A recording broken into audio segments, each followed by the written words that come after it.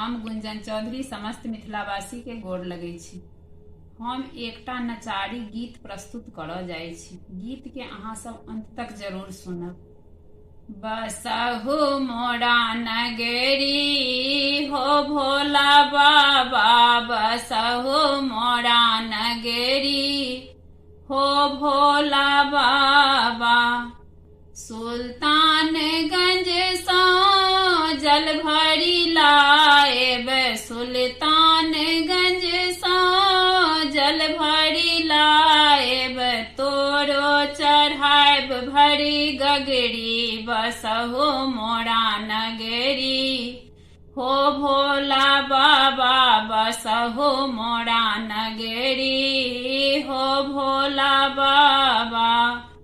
अक्षत चंदन फुलवा चढ़ाएब, अक्षत चंदन फुलवा चढ़ाएब।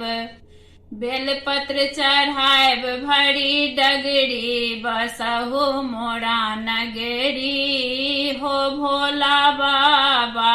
बेलपत्र चढ़ाएब भरी डगरी, बसहु मोरा नगरी हो भोला बाबा।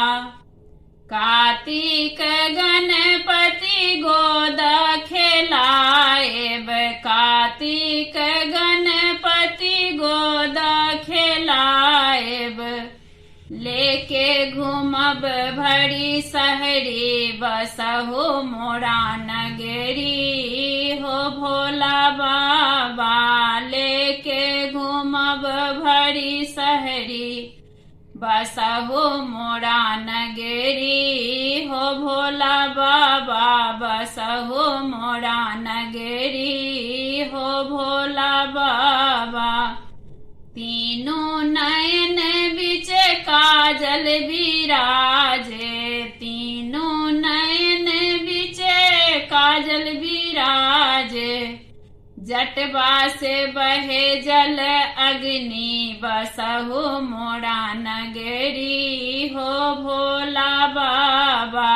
जटवा से बहे जल अग्नि, बसहु मोरा नगरी हो भोला बाबा, बसहु मोरा नगरी